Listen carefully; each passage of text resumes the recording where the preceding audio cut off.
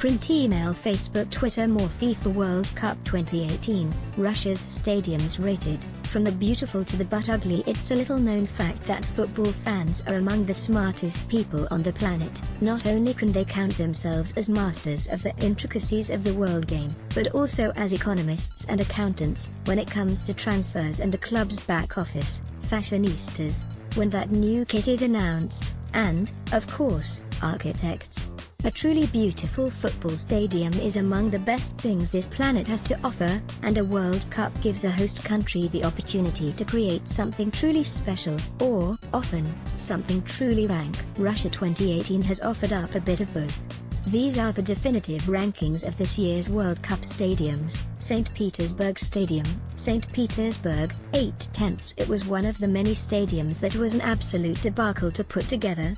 But rest assured, this thing is absolutely unbelievable. Imagine someone took your standard issue UFO and fused it with elements of the car Homer Simpson designed, took it to the banks of the Neva River and then placed it on an elevated pedestal like some sort of living monument to outrageous stadium architecture. Inside, you've got 4 steep, vertical stands and seats colored with Xian Yeat's shade of blue.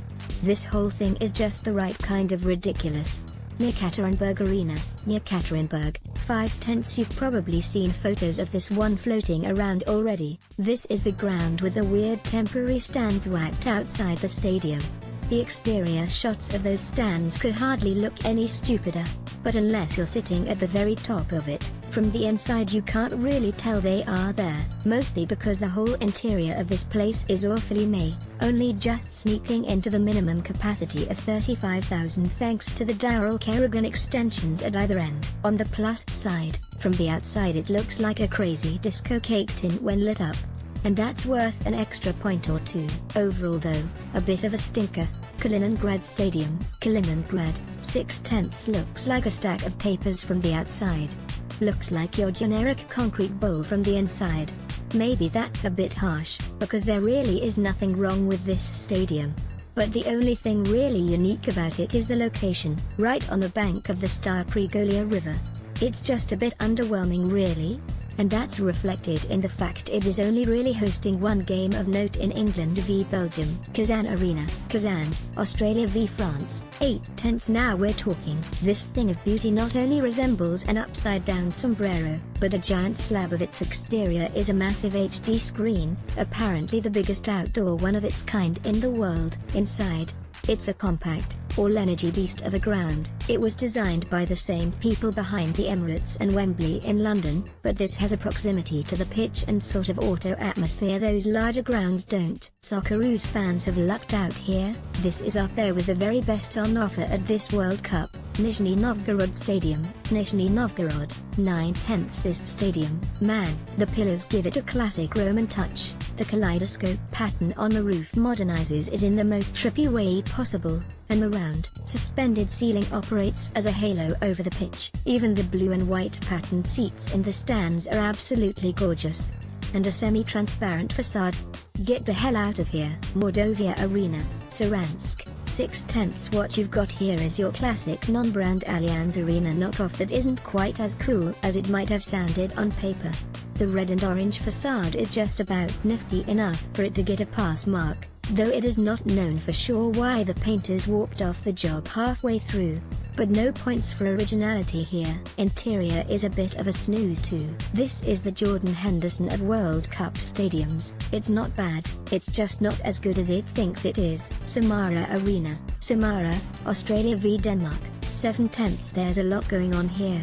But when it's fully completed and lit up for the night matches, this could look pretty special. It's supposed to look like a spaceship because Samara is famous for its space station. But once you see it as a giant eyeball, or worse, it's hard to picture it as anything else. The devil will be in the final detail, lest Australia and Denmark play their group game in a huge anus stadium.